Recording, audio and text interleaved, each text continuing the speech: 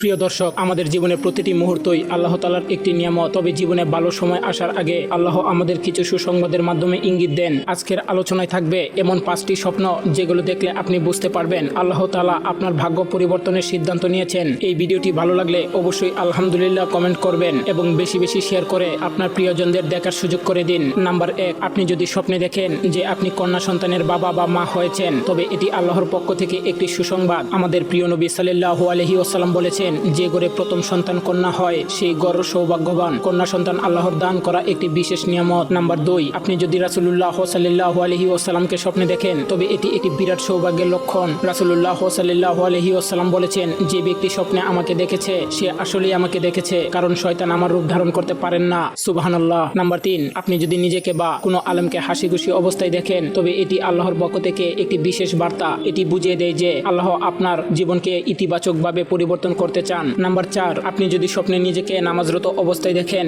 যেমন ইমামতি করছেন বা মুসল্লিদের সঙ্গে নামাজ আদায় করছেন, তবে এটি আপনার জন্য একটি ভালো লক্ষণ। তবে শুয়ে শুয়ে নামাজ আদায় করতে দেখলে এটি খারাপ স্বাস্থ্যের সংকেত হতে পারে। নাম্বার 5, আপনি যদি স্বপ্নে কোরআন পাঠ করছেন বা কোরআন তেলাওয়াত করছেন, তবে এটি আপনার পক্ষ থেকে একটি সুসংবাদ। এটি বোঝায় যে আল্লাহ আপনার সময়কে বরকতময় করতে চান। আর একটা কথা মনে রাখবেন, স্বপ্ন 3 ধরনের হতে পারে। নাম্বার 1, আল্লাহর পক্ষ থেকে স্বপ্ন যেগুলো সুসংবাদ বা দিক নির্দেশনা দেয়। নাম্বার 2, শয়তানের পক্ষ থেকে, এগুলো মানুষকে ভয় দেখানোর জন্য।